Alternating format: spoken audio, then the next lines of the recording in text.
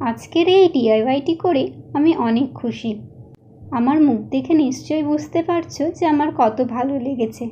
তো এই দুর্গা ঠাকুরটি অনেক দিনের পুরনো ছিল, যেটা আমি আমার দাদুর বাড়ি থেকে নিয়ে এসেছিলাম।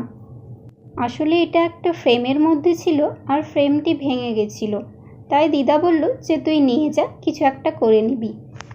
তো আমি ভাবলাম যে এটিকে একটু সুন্দর করে কালার করা যাক। আর যখন কালার করছিলাম তখন মা বলল যে ঠাকুরের মুখটা যেন সাদাই রাখি, তাহলে দেখতে বেশি ভালো লাগবে। আর মায়ের কথা যখনই শুনি আমার ডিআইওয়াইগুলো তখন আরও সুন্দর হয়ে ওঠে। তো দেখো, মূর্তিটি একদম নতুনের মতো লাগছে না দেখতে? তোমাদের কেমন লাগলো অবশ্যই জানাবে। হ্যাঁ, আর এটাও জানাবে যে আগে বেশি ভালো লাগছিল নাকি এখন কালার করার পর বেশি ভালো লাগছে।